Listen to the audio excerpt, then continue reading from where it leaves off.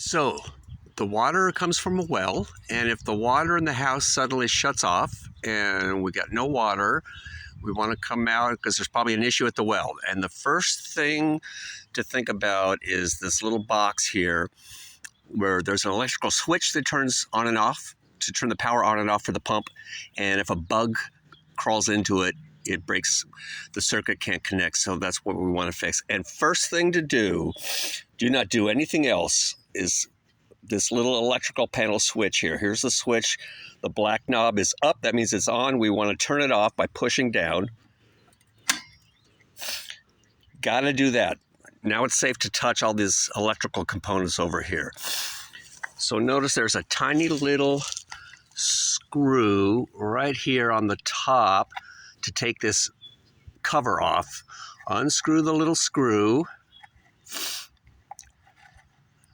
Does it come all the way out? I don't remember. No, it does not come all the way out. You loosen it up, wiggle the little cover, and it comes off. And see, right here is the little switch. I can touch it because the electricity's off. And see, it opens and closes like a little book. It looks closed. I can open it, let go, and it closes. Push it open, close, open, close. If a bug or something, a twig gets in there, then it can't close fully. So with one hand, I'm opening the little book switch open, and with the other, I'm taking some oil and just spritzing it inside. Like that. And then I'm going to let go of the little switch if it closes on its own. And we're done. At this point, I could turn the electricity back on and see what might happen. Once there was a bug inside and it atomized and the smoke came up as the bug got grilled.